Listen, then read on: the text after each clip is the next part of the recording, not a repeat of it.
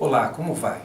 Eu sou o professor Ricardo Brito, diretor aqui da IBS, e agradeço por sua companhia, sua atenção, nos acompanhando hoje em mais uma edição do programa 10 Minutos para você saber. Um programa produzido aqui pela IBS com o apoio da Praxian Consultoria e do Americas Academic Center. Eu tenho o prazer de contar hoje com a presença da professora Cláudia Pavani. Obrigado aí, viu, professora, pela sua presença. A professora Cláudia desenvolveu uma pesquisa sobre um tema que eu tenho certeza você vai considerar um dos temas mais relevantes que nós já tivemos a oportunidade de discutir aqui no nosso programa. O tema da pesquisa, que inclusive valeu à professora Cláudia Pavani o seu título de doutora pela Universidade de São Paulo, é o empreendedorismo nas universidades, o processo de surgimento de empresas dentro do contexto da pesquisa acadêmica. O título da tese da professora Cláudia é Spin-offs universitários e discute o surgimento de empresas dentro do contexto da pesquisa acadêmica. O título da tese é exatamente esse, Spin-offs universitárias de sucesso. E ela desenvolveu a sua pesquisa fazendo entrevistas com empresas que se originaram em duas instituições em particular, a Escola Politécnica da USP, a Engenharia da USP, e o COP lá da UFRJ. E essa pesquisa foi feita no âmbito da FEA USP e envolveu mais de 25 empreendedores e outros autores envolvidos aí nesse empreendedorismo universitário e contou com a orientação do professor Moacir de Oliveira, lá da administração da USP. Muito bem, a questão central aqui é identificar qual é o papel das universidades no desenvolvimento do país. Identificar quais são os limites da contribuição que a pesquisa universitária pode oferecer para que o Brasil se torne um país mais produtivo, um país capaz de produzir mais riquezas. Nós sabemos que outros países investem pesado na relação entre as universidades e as empresas. Nos Estados Unidos, por exemplo, a questão lá já foi ultrapassada, não é permitir ou não que as universidades trabalhem junto com as empresas. Essa questão já foi ultrapassada há muito tempo.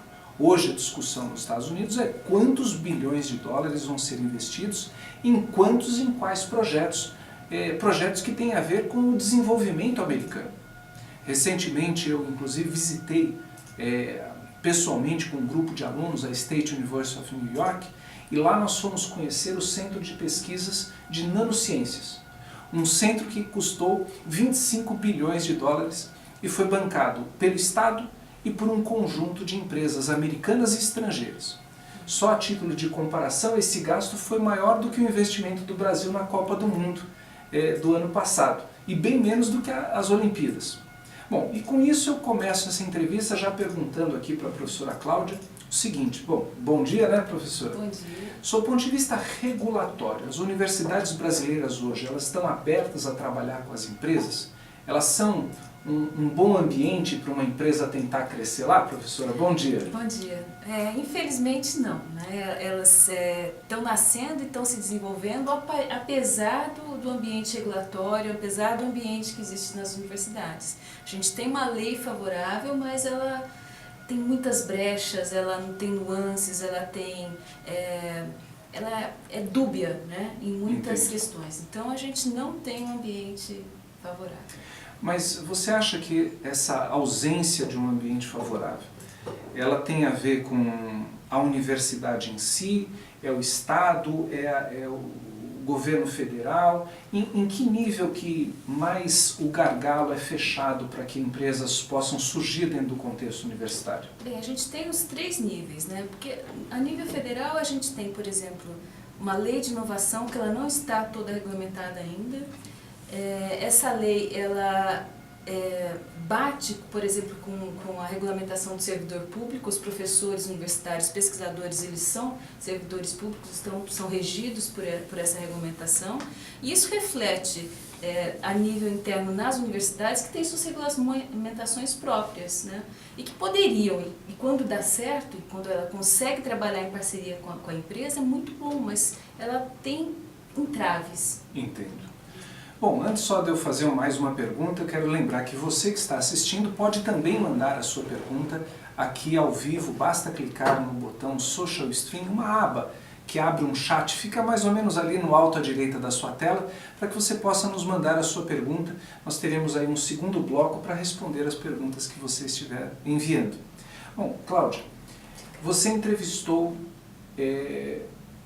8 empresas. Exato. 4 da Poli, 4 do COP. Uhum. Empresas que você reputou como empresas que tiveram sucesso. Exato. O que você entende por sucesso nesse caso e qual foi, se podemos dizer assim, o segredo do sucesso desses casos aí? Bem, essa é uma pergunta boa, né? Porque Ricardo, sucesso é uma definição complexa, né? Claro. Eu tenho uma definição de sucesso, você tem outra, o investidor tem outra, o empreendedor tem outra, né? Quando a gente está falando do empreendedor acadêmico, ele tem uma demanda dele, que é conseguir transformar aquilo que ele pesquisou às vezes a vida inteira em um produto que alguém vai usar. Então, tem esse componente de realização pessoal, que é transformar uma coisa que gastou anos da vida dele em alguma coisa que vai ser comprada, usada por alguém, né? Uhum. Então, tem esse componente. Mas também tem um componente de dimensão, né? Eu quero ter uma dimensão, um impacto na sociedade. Então, essa outra dimensão é importante, né? Mas e retorno sobre o investimento? Entra na conta de alguém aí ou não? Entra quando a gente tem um investidor. Quando o investidor entra numa empresa como sócio, essa dimensão também é olhada. Então, para aquelas empresas que receberam investimento, para esse ator que é o investidor, isso é uma dimensão importante de sucesso. Mas não é para todas as empresas. A gente tem diversos tipos de empresa, né? Agora, é engraçado como a mim passa a ideia da empresa dentro da universidade como um corpo meio estranho. Você acha que a gente está caminhando no sentido da sociedade de um modo geral, das universidades em particular, enxergarem que a universidade, mais do que apenas tolerar a presença de universidades, tenham que efetivamente nutrir essas empresas para que elas surjam em maior quantidade? Estamos caminhando nessa direção? É uma pergunta difícil, né, Ricardo? Esse é o desejo, né? Esse é o desejo. De alguns a gente tem... A universidade ela não é um bloco único, né? A gente tem pessoas que acreditam que a gente está disponibilizando conhecimento que é público para empresas e que isso é uma questão que não pode ser permitida. Por outro lado, tem pessoas como eu, por exemplo, que eu acho que as coisas têm que sair dentro da universidade, têm que ser transformadas em produtos e esses produtos têm que ser acessados por nós. Eu quero comprar coisas, eu sou muito feliz de usar o Google, né? O Google é um spin-off da Universidade de Stanford.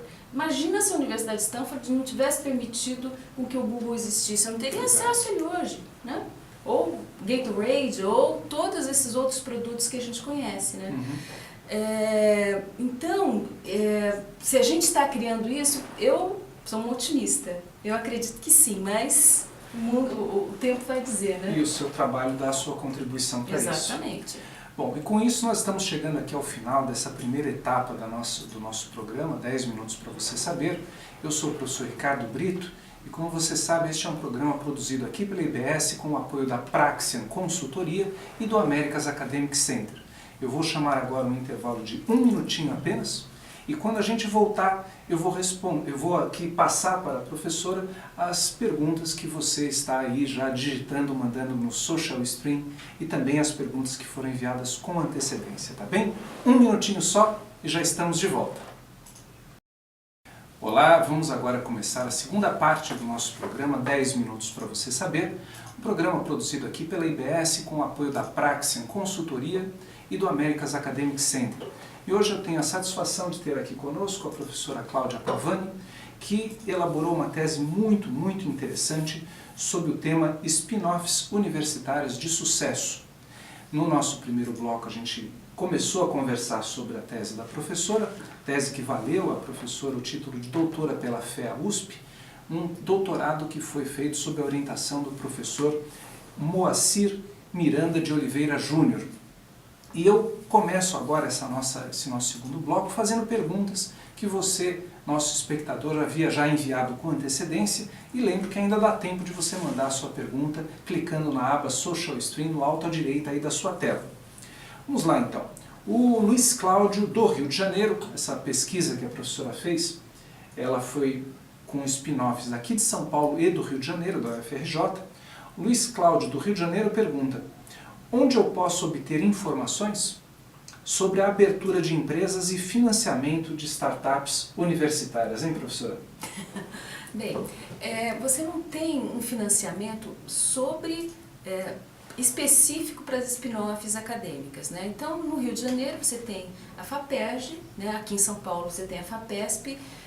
Para empresas que surjam da universidade, essa é uma fonte muito acessada por elas. Se você olhar na minha tese, todas essas 8 empresas de sucesso acessaram esse tipo de recurso, né? Porque elas têm conteúdo para interessar a esse tipo de agência. Você tem agências federais, o CNPq, que tem um projeto chamado RAI, que é muito importante. Tem a FINEP com os fundos setoriais, que são, e tem o BNDES Fintech, né, o Fundo Tecnológico. São essas fontes, as fontes mais importantes para o financiamento de spin-offs. Uma dos resultados da pesquisa que eu fiz foi justamente essa, né? Essas empresas, para crescer, acessaram sim esses recursos. Então você deve e pode acessá-los. Muito bem, muito bem. Obrigado, Luiz, pela sua pergunta. Vamos agora para uma segunda pergunta da Ana de São Paulo. Ela faz uma pergunta direta, dura, que pode ser a opinião sua, viu, Ana? Ou eventualmente pode ser a opinião até da maioria da sociedade brasileira. Então temos que abordar isso daqui com respeito. A ideia de uma universidade, do Estado, apoiar o surgimento de empresas dentro das universidades, isso não é uma forma de colocar dinheiro público a serviço do interesse privado? Ana, essa pergunta é uma pergunta que ela está dentro da universidade o tempo todo, né? Se você não estaria privatizando a pesquisa pública, né, os recursos públicos, né, o que foi investido pelo Estado, que gerou uma pesquisa, e então a gente passa isso para uma empresa que vai ter lucro com isso, né? A minha visão é uma visão que também é de uma parte da universidade, da sociedade, que isso tem um outro lado também, né? Tem uma série de medicamentos que são desenvolvidos na universidade que nós queríamos ter acesso como consumidores, a gente tem produtos, a gente tem serviços, e ficar preso isso dentro da universidade, na verdade eu estou matando o dinheiro público que foi investido. Eu acho que é justamente o contrário. Mas essa é a minha posição também de certo grupo de pessoas. A sua pesquisa teve algum componente, além dessas duas universidades, da UFRJ e da USP, você deu uma olhada como é que estava em outras universidades do país ou do mundo? Como é que você reputaria a situação USP e UFRJ em termos aí do grau de desenvolvimento delas enquanto berçário de empresas assim, hein, professor? Olha, eu estava olhando as duas maiores universidades brasileiras e duas instituições acadêmicas muito relevantes dentro do cenário brasileiro, né? Que são a Escola Politécnica aqui da USP e a COP, né? Eu não olhei exatamente como são todas as universidades, porque elas estão construindo seus arcabouços neste momento, né? E esses arcabouços, eles vêm do nível federal, eles se refletem nas regulamentações estaduais, então a gente tem leis estaduais que tratam dessa questão, né? Uma lei, por exemplo, que trata da FAPESP, ela se reflete na atuação de como vai funcionar as spin-offs aqui em São Paulo, né? E a gente tem isso refletido no nível da universidade, que cria suas próprias regulamentações. Então, por exemplo, a UFRJ está mais avançada em algumas questões do que a USP. A COP está melhor do que a Escola Politécnica, né? Eu comparei só duas, eu teria que fazer uma comparação N para N, né? Não consegui fazer Claro, claro. Muito bem.